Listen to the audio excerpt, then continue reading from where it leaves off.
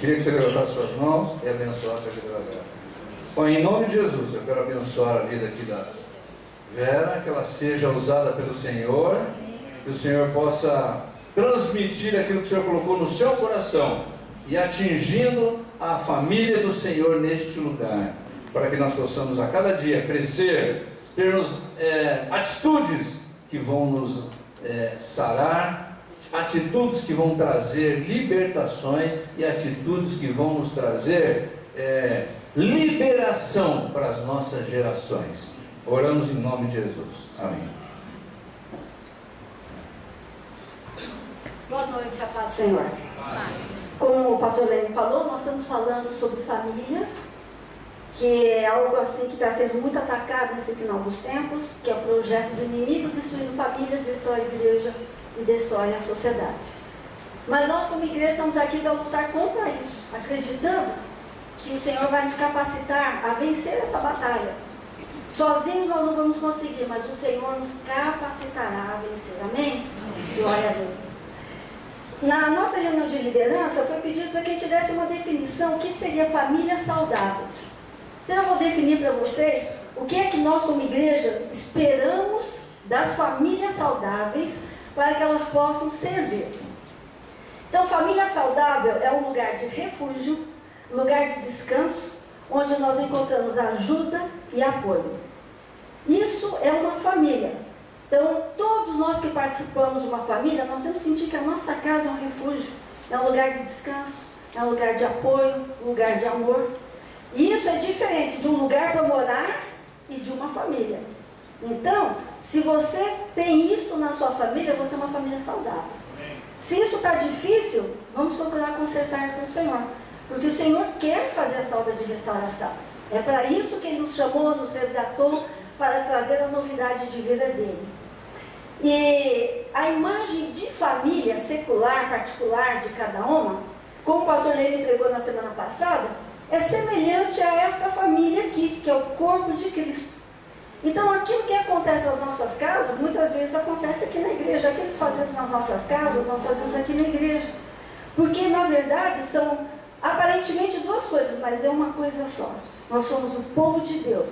Eu moro numa casa com o Lênin, uma parte da família, e no domingo a gente se reúne com uma família maior. O dicionário diz que família são pessoas aparentadas que vivem em geral na mesma casa. Pai, mãe, filhos, tios, sogras. A Constituição brasileira mudou o padrão. Família não é mais pai, mãe e filhos. Mas tudo que mora na mesma casa é considerado família. Então, sogra, tio, tia, dois pais, duas mães, a Constituição diz que isso agora é um padrão de família, certo? Então, nós não estamos falando aqui de casamento. Família, quando a gente se refere, não se refere a casamento, mas se refere a todos aqueles que convivem conosco no lugar onde nós moramos. Mesmo que você more sozinho ou sozinha, você tem família. Pode ser mais perto ou mais longe, mas você tem família. Então nós temos que aprender a desenvolver nosso relacionamento saudável dentro da nossa família. Os momentos na vida familiar, eles são muito desafiadores. Viver em família é desafiador. Não é fácil. Dentro da família, nós vamos ser trabalhados no caráter, na paciência, no amor, na misericórdia. Quando a palavra de Deus diz que o Senhor quer nos preparar para ter a estrutura, a estatura do varão perfeito, sabe onde ele trabalha? Dentro de casa. Dentro de casa nós somos o que somos. No trabalho eu posso ter até uma aparência. Aqui na igreja todo mundo pode conhecer uma parte. Mas na minha casa, meu marido e meus filhos me conhecem. Bastante. Então é lá, nos momentos desafiadores do convívio familiar, é que Deus trabalha o nosso caráter.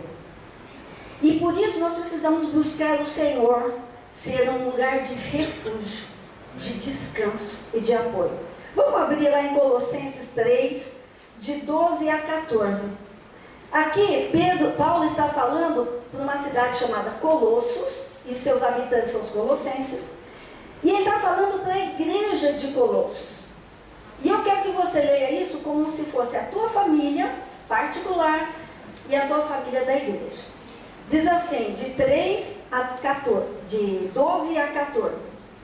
Portanto, Como povo escolhido de Deus, santo e amado, revistam-se de profunda compaixão, bondade, humildade, mansidão, paciência, suportem-se uns aos outros, perdoem as queixas que tiverem uns para com os outros, perdoem como o Senhor lhes perdoou. Acima de tudo, porém, revistam-se do amor, que é o elo perfeito. Que a paz de Cristo seja o juiz em seu coração, visto que vocês foram chamados para viver em paz, como membros de um só corpo, e sejam agradecidos. Habite ricamente em vocês a palavra de Cristo. Ensinem, aconselhem-se uns aos outros com toda a sabedoria. Cantem salmos, hinos, cânticos espirituais com gratidão a Deus em seu coração. E tudo que fizerem, seja em palavra, seja em ação, façam-no em nome do Senhor Jesus, dando por meio dele graças a Deus Pai. Isso é uma família saudável. Perdoador, paciente, longânimo. É isso que o Senhor quer da igreja e das nossas casas. Semana passada foi falado um pouquinho para os homens, eu queria falar um pouquinho aqui para as mulheres, que não é o tema da minha pregação, mas toda mulher cristã conhece Provérbios 14:1. A mulher sábia edifica a sua casa, mas com as próprias mãos a insensata derruba a sua. Mulheres, nós precisamos andar na sabedoria de Deus, não a sabedoria que o mundo está impregnando, está dando as rédeas, trazendo as determinações, seja em programas, seja em novelas, seja em conversas. A mulher sábia, ela anda na sabedoria do Senhor. E esse texto nos divide em dois grandes grupos, ou sábias, ou insensatas, ou tolas. Mas uma coisa nós temos que entender, nós não seremos sempre sábias, não tem como. E em muitos momentos nós seremos tolas e insensatas, sim. Mas nós temos um Deus que nos socorre, que nos sustenta, que é misericordioso. Nós cantamos aqui agora, o Senhor ama como nós somos. E Deus, sabendo da nossa fragilidade, vem com o teu socorro e nos transforma em mulheres insensatas e mulheres sábias. Mas o nosso objetivo é ser aqui, a mulher sábia. Porque a palavra de Deus diz também que nós somos a coluna da nossa casa. Nós somos aquelas que vão dar o termômetro, o ambiente gostoso, a temperatura ideal da casa, vem de nós, as mulheres. Então nós temos que procurar buscar no Senhor essa sabedoria. Porque é difícil, é muito difícil. Mas o Senhor disse que poderia buscar nele estas coisas. Provérbios 15:1 diz assim: a resposta calma desvia a fúria, mas a palavra ríspida desperta a ira. Então, mulheres, tenham palavras de amor, não tenham palavras torpes na sua boca. Mulheres, mães, referências, esposas, não falem palavrões. Não façam isso. Vocês estão sendo referências na sua casa. Infelizmente, hoje é um falar comum falar palavras torpes. A palavra diz que da nossa boca não pode sair coisa boa e coisa ruim. Então, eu aconselho você, mulher, não fale palavras torpes. Não fale na frente dos teus filhos, não fale na frente dos teus maridos, porque toda palavra torpe, ela vem para denegrir. Nunca um palavrão, uma palavra torpe, é um elogio. Eu nunca vi. Então, ela expressa alguma coisa que está lá dentro que Deus tem que mudar em sabedoria. Então, eu convoco as mulheres, eu digo isso porque eu tenho ouvido muito, tenho falado com algumas, e digo para vocês, esse palavreado não é o palavreado que Deus quer para o povo dele. Amém? Então, mulheres, sejam sábias. Quanto a esse texto de Colossenses 3, eu quero me ater numa partezinha dela aqui, que é o tema do que eu quero estar falando hoje para a igreja. Colossenses 3, no versículo 12, diz assim: perdoem como o Senhor lhes perdoou. O que eu vou querer falar hoje é sobre o perdão em família. Algo tão difícil de relacionamento, mas o Senhor quer nos dar perdão. A família, para que ela seja saudável, ela precisa de momentos de relação permanente. Aliás, momentos não. Ela precisa de uma relação permanente, trocas permanentes, acertos permanentes. Isso tem que ser constante. A família, ela não é uma coisa estanque. Ela muda, a gente cresce, a gente muda de opinião. Então, constantemente, a família precisa desses trabalhos, dessas situações de Relacionamento, trocas e acertos constantes girando. Para que esses relacionamentos eles sejam saudáveis, precisa ter permanentes momentos de perdão. Se não houver permanentes momentos de perdão na nossa família, vai gerar tristeza, mágoa, ressentimento, dor, angústia, amargura. E uma pessoa amarga, ela reflete nos outros algo negativo, desagradável. Ela sempre descarrega a amargura dela no próximo. Seja marido, seja filho, seja os parentes que moram juntos, seja os irmãos da igreja. Então, quando os momentos de perdão constantes começam a diminuir, a chegar ao ponto de não ter mais, esses outros sentimentos começam a crescer. As mágoas, porque falou assim, porque me magoou assim, porque eu não liberei perdão. E isso vai gerando, então, pessoas amargas, travadas, que não buscam, não conseguem viver um futuro melhor. Quando o perdão, ele é aceito, ele é entendido, ele é ministrado sobre uma situação, ele muda completamente o passado, o presente e o futuro. Porque quando o perdão chega, ele faz uma mudança no ambiente familiar, começando por aquele que é o perdoador. Esse é o primeiro a ser curado. O perdão, ele é curativo, ele é libertador, ele é restaurador. Então, quando a culpa vem, porque assim, quem causa a situação, ele fica com uma culpa. Quem não perdoa, ele sabe que ele está errado, ele também tem uma culpa. E o que essa culpa faz? A culpa nos prende no passado, na situação que aconteceu. Aconteceu uma situação, não houve perdão nem perdoador. E aquela situação ficou no passado. E você vive um presente que não tem paz. E está tão amarrado, tão difícil, que você não tem expectativa para o futuro. Não vai dar certo, não adianta falar. Eu quero dizer que quando você obedece o Senhor e executa o perdão, o Senhor rompe a dor do passado. Te deixa viver um presente de paz. E dá uma esperança de que vale a pena investir no teu futuro, porque vai dar certo. Nada te prende. A palavra de Deus diz que quando a gente não libera perdão, o inimigo tem poder sobre a nossa vida. Você fica amarrado. Não pela pessoa, mas pelo poder espiritual das trevas que te culpa, que te acusa, que não te deixa viver em paz e não te dá uma esperança de vida. Então o perdão, ele tem que ser algo constante na nossa vida, principalmente no nosso ambiente familiar, onde as coisas são claras. A é A, B é B, branco é branco, preto é preto. Tem um psiquiatra chamado Fábio Damasceno, que já esteve aqui na nossa igreja, e ele escreveu esse livro, Psicologia do Perdão. Uma bênção, foi meu professor, não sou psicóloga, mas eu fiz um curso com ele, e tem alguns irmãos aqui que estão fazendo. E esse psicólogo, ele escreveu esse livro, um livro simples, fácil, prático, eu aconselho você. Fábio Damasceno, A Psicologia do Perdão. Aqui nesse livro, ele faz uma analogia do que é uma alma ferida, uma alma amarga. E ele conta um relato aqui. Imagina uma casa, e uma pessoa escolheu nessa casa um quartinho. E nesse quartinho, ela, ao invés de jogar a sujeira, o lixo fora, ela foi guardando todo o lixo nesse quartinho. Comida, papel higiênico sujo, coisas sujas, trapos, coisas que não têm mais utilidade, comidas, peixe que já não vai comer mais. E ao invés de jogar fora, foi guardando. No final de um ano, essa pessoa resolve abrir a porta desse quartinho. O que ela vai ver nesse quartinho? Barata, rato, verme, fedor, doenças, enfermidades, mau cheiro, um lugar inabitável. O que essa pessoa faz? Fecha a porta. Aí eu não entro mais. Assim é a alma ferida.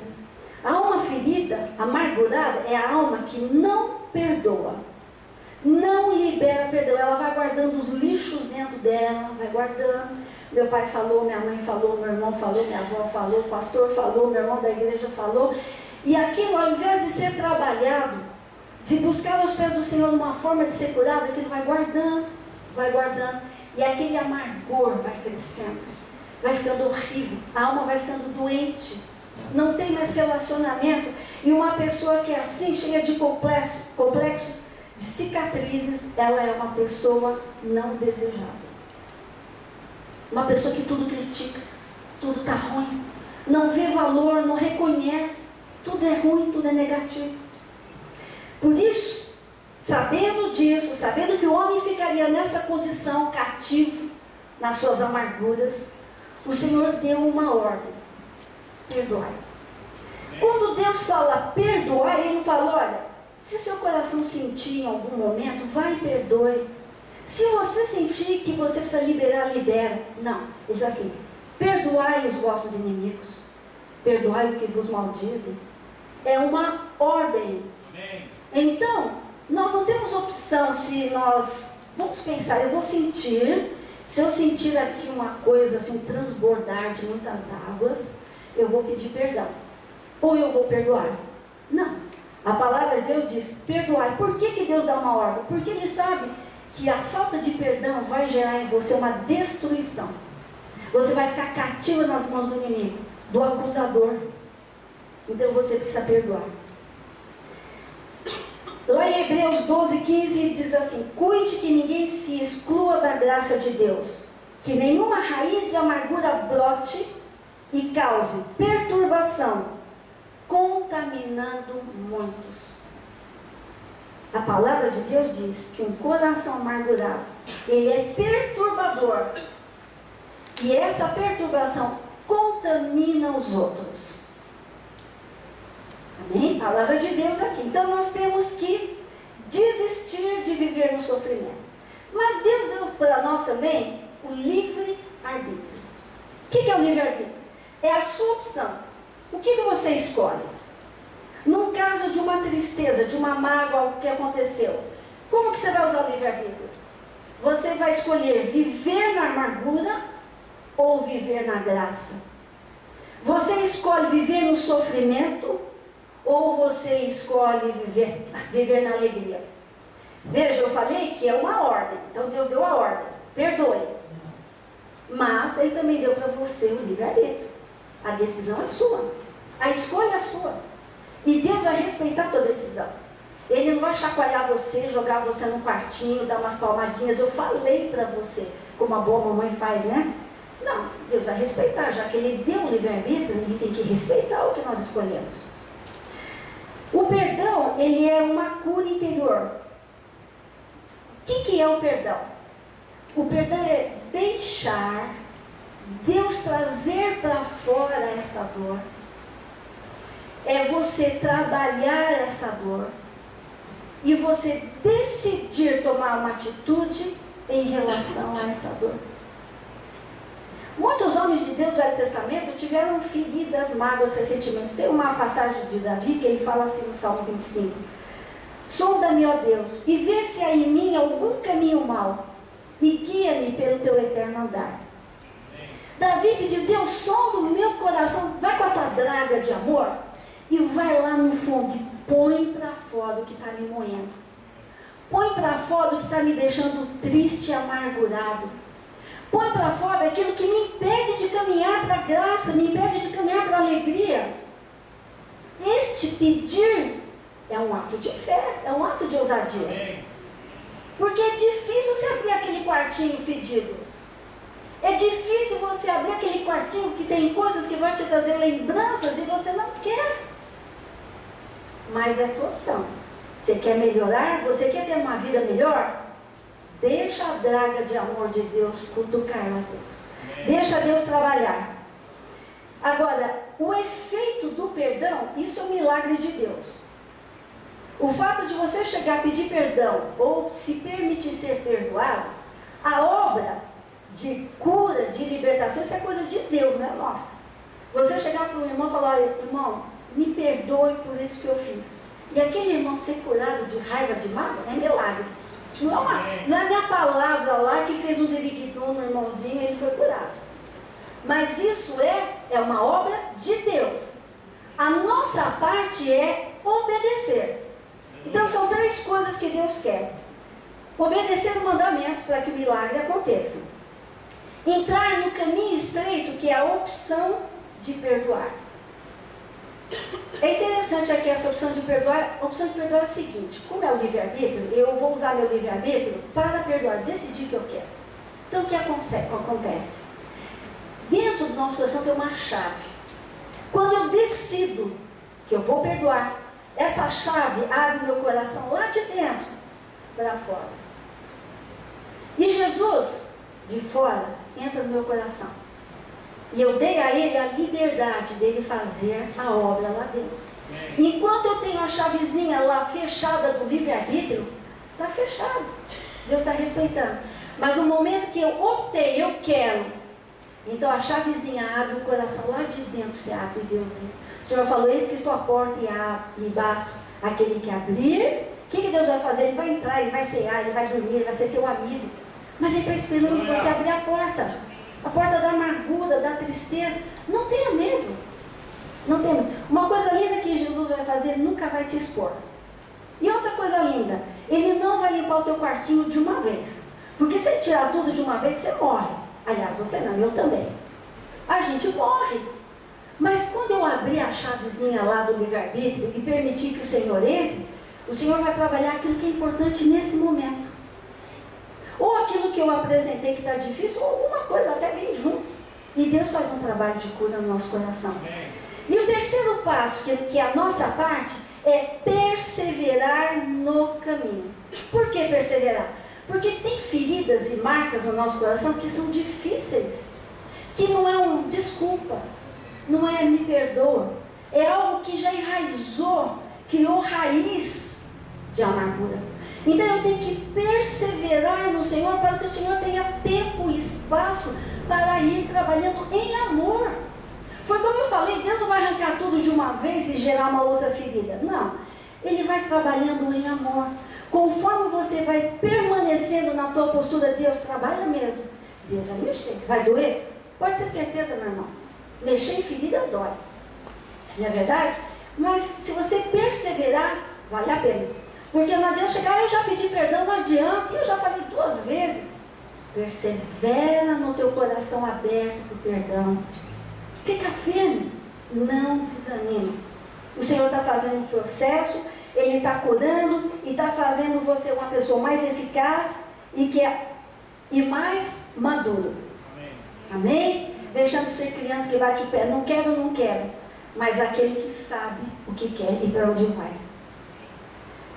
Nós não podemos desfazer relacionamentos familiares por causa de rosquinhas. E às vezes existe uma situação até pequena, acabou a família, acabou o relacionamento marido e mulher, irmãos não se conversam mais, tios não visitam mais a casa, parentes não se visitam mais. E às vezes a situação é uma situação tão fácil de tratar. Nós não temos o direito de, com as nossas mágoas, destruir famílias. Deus colocou na nossa mão uma responsabilidade. E temos que ser fiéis a essa responsabilidade. Primeiro que nós somos cristãos. E o Senhor nos tem ensinado o que é andar na presença dEle. Pagar o preço, carregar a sua cruz. Então esse direito nós não temos. Então nós temos que desenvolver no nosso coração tolerância e aprender, como diz em Colossenses, suportem-se uns aos outros. Perdoem as queixas que tiverem uns para com os outros. Porque o perdão ele permite relacionamento interfamiliar. O perdão nos aproxima um do outro. O bico está lá no chão, mas eu estou perto. Daqui a pouco esse bico vai subindo, vira uma boquinha normal. E o relacionamento acontece. E por causa disso, então o que vai acontecer? Reconciliação entre irmãos, reconciliação entre marido e mulher, reconciliação entre tio e sobrinho, sobre sogra, genro e nora. Vai depender de quem? Alguém tem que tomar uma atitude. Será que não é você a pessoa que o Senhor está dando a incumbência de restaurar algo na família? Será que não está na sua mão realmente fazer alguma coisa para que a família secular e a família de Deus sejam saudáveis a ponto de poder servir?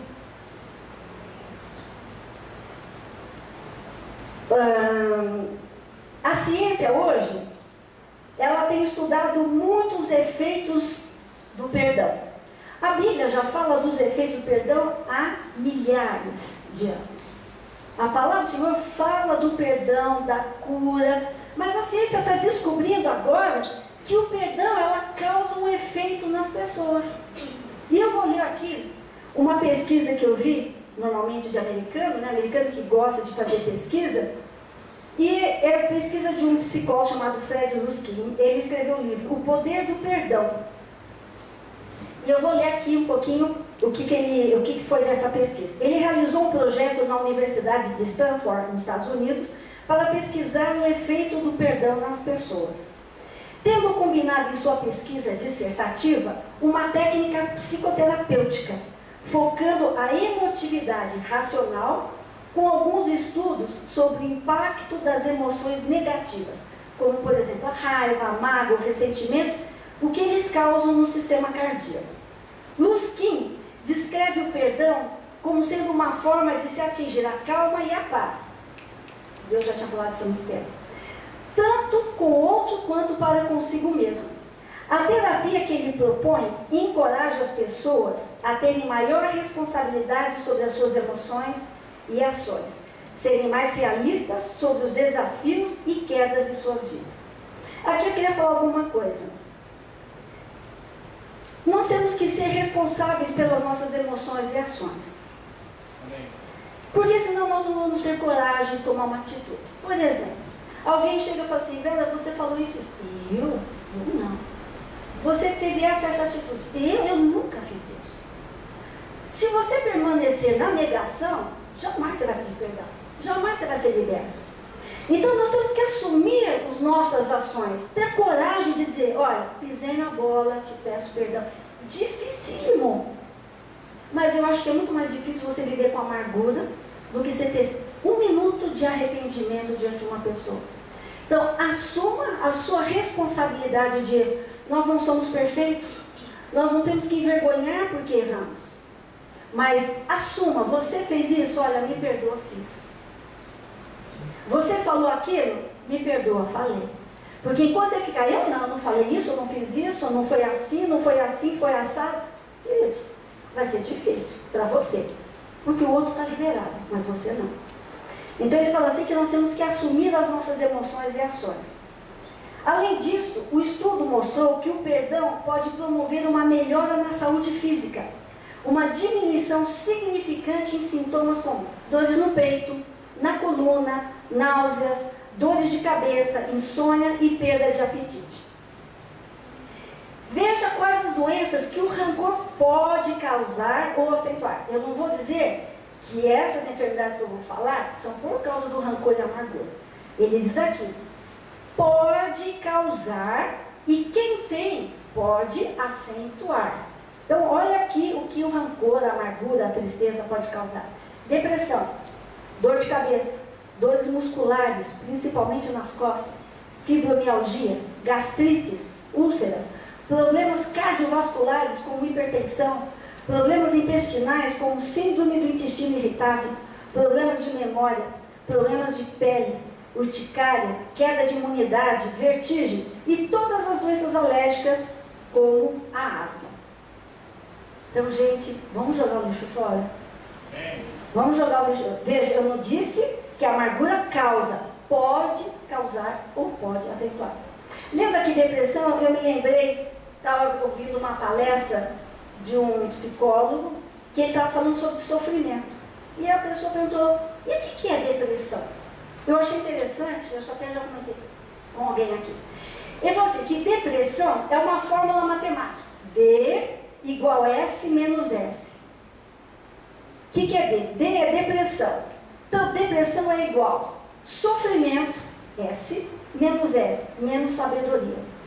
Quando você está sofrendo e não sabe, não entende o porquê daquele sofrimento, é muito fácil você chegar na depressão. Por que comigo? Por que acontece assim? O que foi que eu fiz? A palavra de Deus é assim, que quando a gente reconhece aquilo que Deus está fazendo, que Deus está trabalhando, porque tudo coopera para o bem daqueles que amam a Deus, logo que nós entendemos, olha, Deus está trabalhando isso na minha vida, eu preciso melhorar, você não cai na depressão. Mas depressão é você sofrer e não entender por quê. Por que eu estou sofrendo? Por que é só comigo? Por que não acontece com o outro? Nós somos cheios dos porquês com Deus. Mas a gente não para, Senhor, para quê? Para que está acontecendo isso? O que o Senhor está trabalhando? O que o Senhor quer trabalhar no meu caráter? Então, D igual a S menos S. Depressão igual sofrimento sem sabedoria. Isso é um detalhe. Agora, qual é o maior requisito para o perdão? Qual é a maior fonte de força, de ânimo, para que nós possamos perdoar? Chama-se humildade.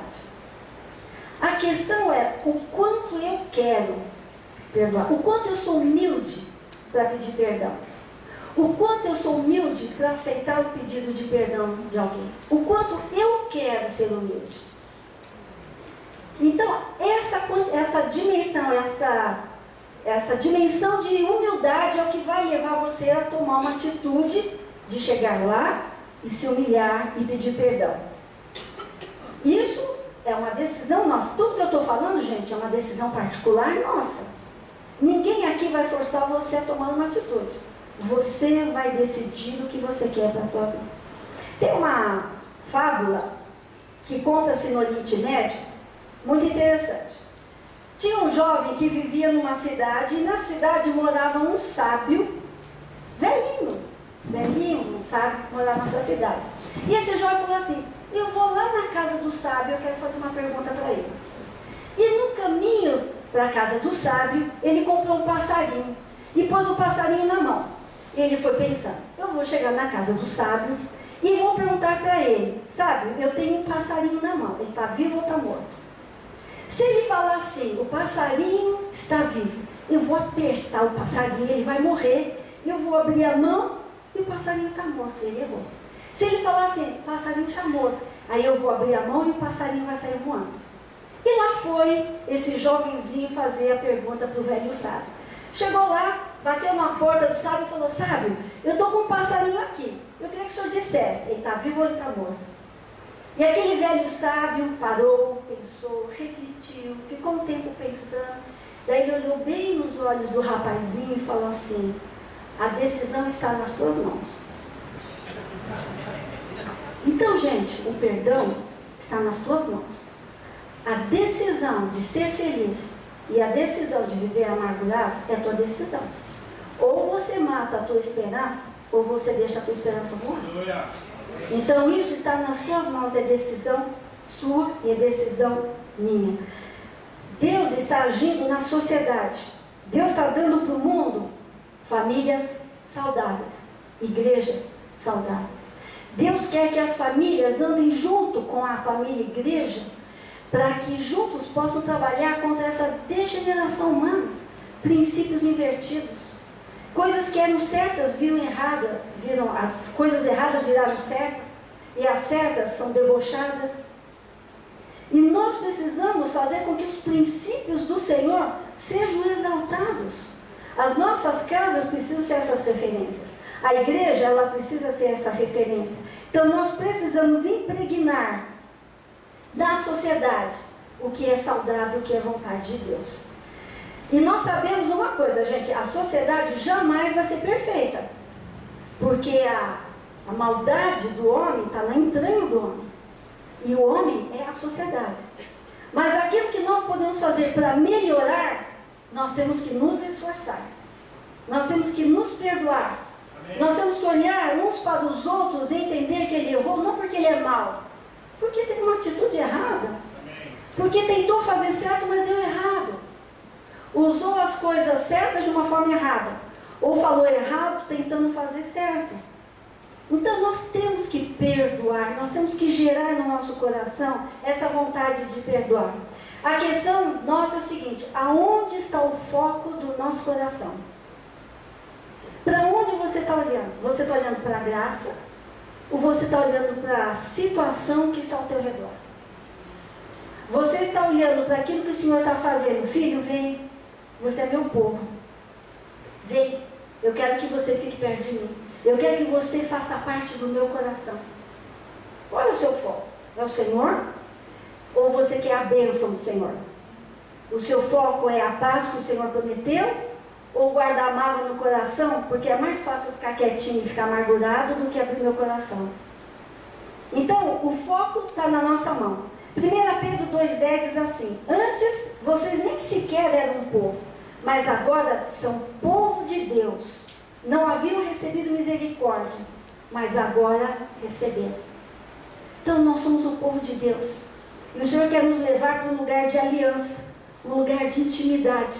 E com o coração preso na amargura, na tristeza, na mágoa, no ressentimento, é difícil caminhar nessa aliança. Porque essa aliança diz perdoai. Porque essa aliança diz suportar-vos. Porque essa aliança diz amai uns aos outros. Então essa aliança ela é rompida se a tua opção é ficar na amargura. Então o nosso futuro depende do nosso foco. Ficar na dor ou buscar uma renovação de mente. E Deus quer invadir nossas casas, nossa vida. O Senhor quer invadir a igreja.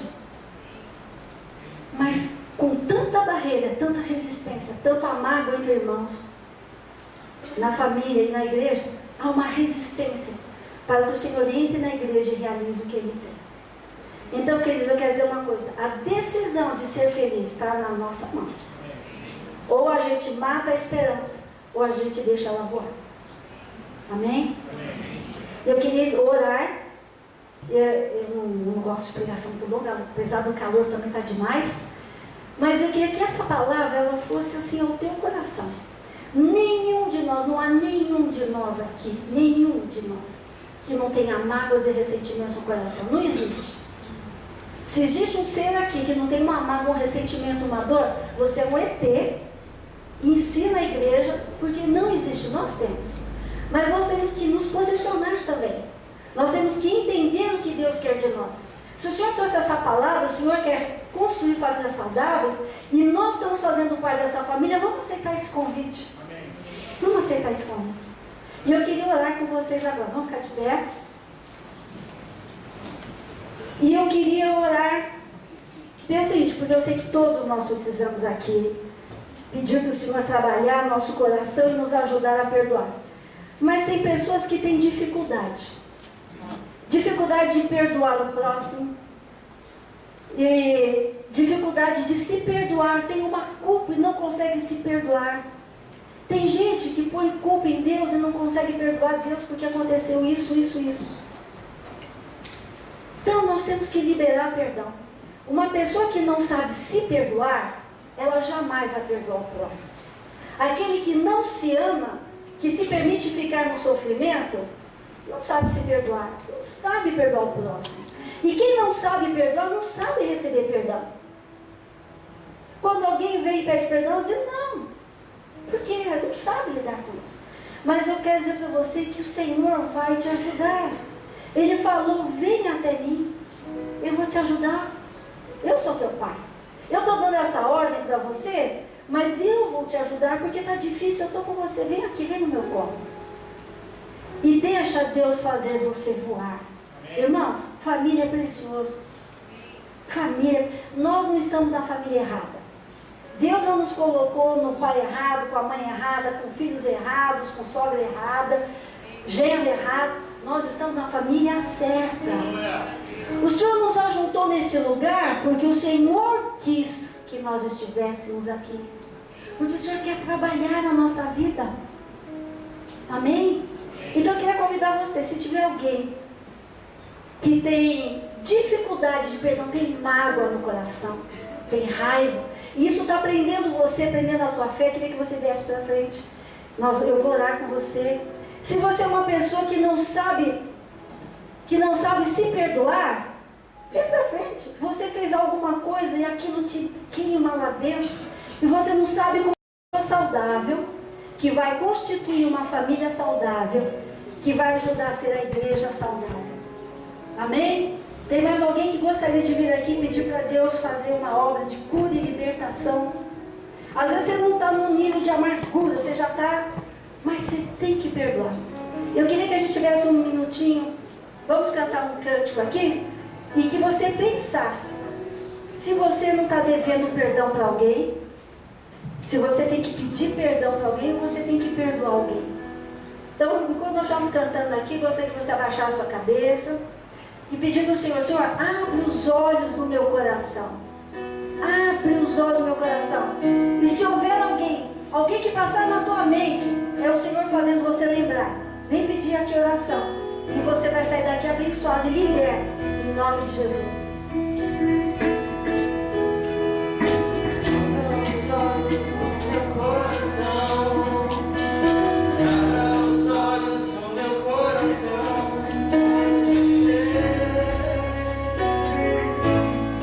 Quero te ver, Senhor.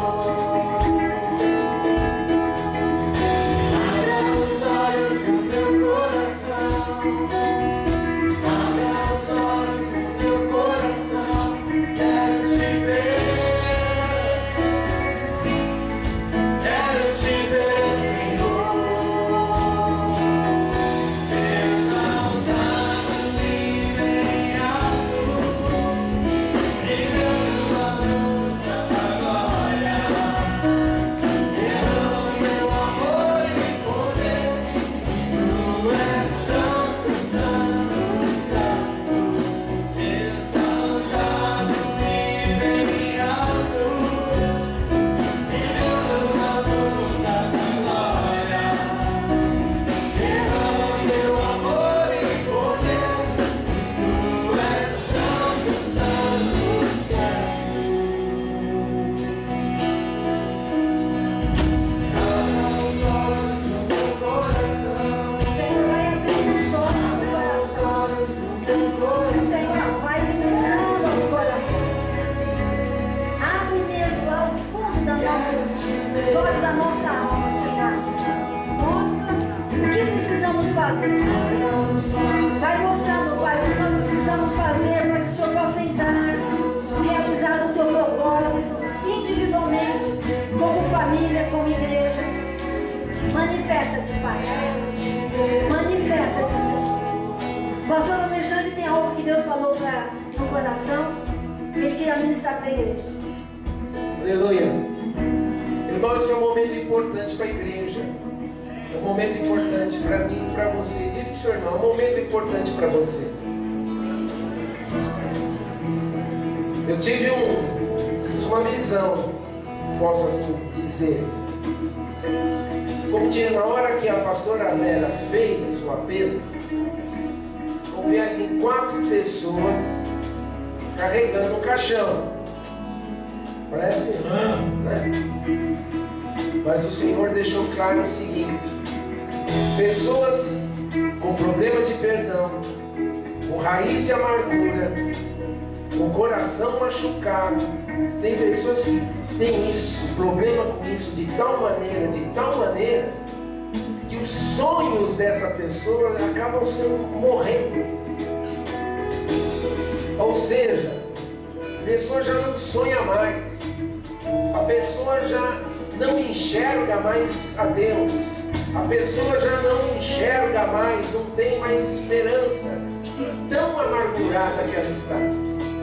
Não sei se é uma, se é mais de uma, se está aqui na frente ou se está aí. Mas eu quero passar isso para a igreja, que hoje é o momento da sua ressurreição. Hoje é o momento que você vai ver o Senhor. Hoje é o momento que o Senhor vai pegar a chave e abrir a porta dessa prisão espiritual, para que você seja liberto. Amém? Amém. Eu sinto que tem casais feridos e que precisam se perdoar. Eu queria convidar você a vir aqui na frente, deixar o orgulho de lado. Esposas magoadas com as palavras do marido, marido magoado com as palavras da esposa. Eu gostaria que você viesse aqui, que não se sinta assim, não vou fazer. Vem, deixa Deus fazer. Eu creio que tem famílias onde irmãos estão brigados, não se conversam. mas eu estou cansado de pedir perdão. Vem que o Senhor vai fazer uma obra nova. O milagre, que não falei, o milagre é parte de Deus. A tua parte é obedecer. Vá, peça perdão. Vá e perdoe, para que Deus faça a obra. Então não retenha, para que Deus possa fazer o que Ele quer fazer. Eu tenho certeza que tem mais pessoas que o Senhor quer trabalhar aqui. Eu tenho certeza disso. E o Senhor quer que você venha aqui para receber a tua porção de cura, restauração. O perdão, ele é libertador e curativo. Venha para que Deus mude a tua visão de família, para que você não haja mais segundo a tua raiva. Que se você não sair daqui e falar assim, não adianta, joga fora esse conceito que não adianta. Se o Senhor falou que é para fazer, é porque adianta. Venha, saia daqui com uma esperança de um futuro melhor. Vai ser diferente, eu acredito que vai ser diferente. Pode ser que a bênção não chegue hoje, não chegue essa semana, mas se o Senhor prometeu, Ele é fiel para cumprir. Se Ele falou, eis que estou à porta e bato, se você abrir a porta do teu coração, eu vou entrar, vou cear com você, vou morar na tua casa. Se Ele prometeu, Ele vem. E quando Ele mora na nossa casa, há paz. A luta sim, mas há paz. Amém.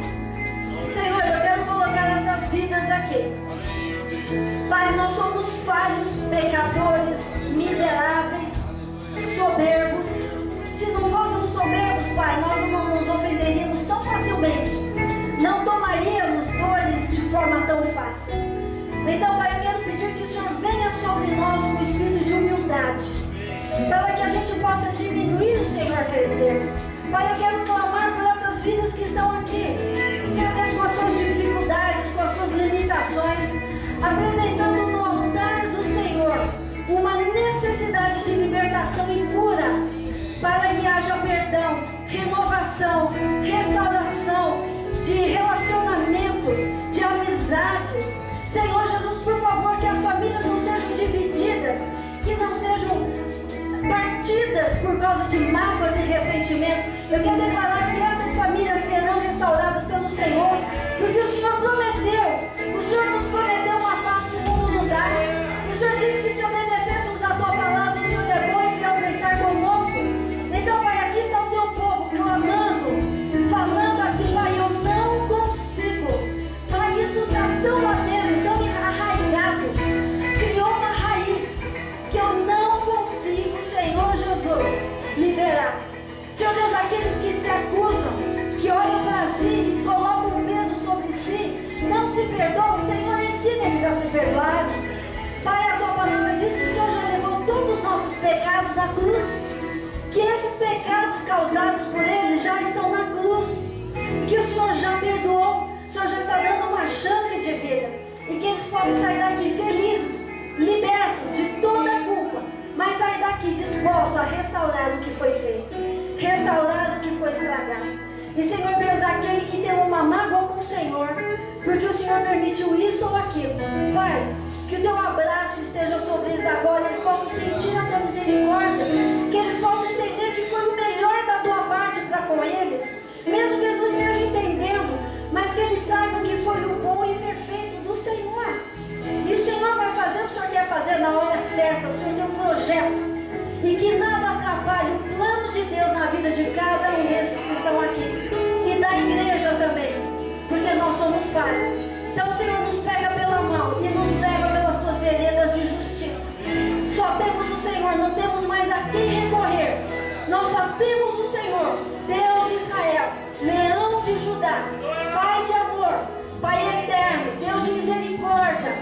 Esse é o nosso Deus em quem nós confiamos. Então, Pai, eu quero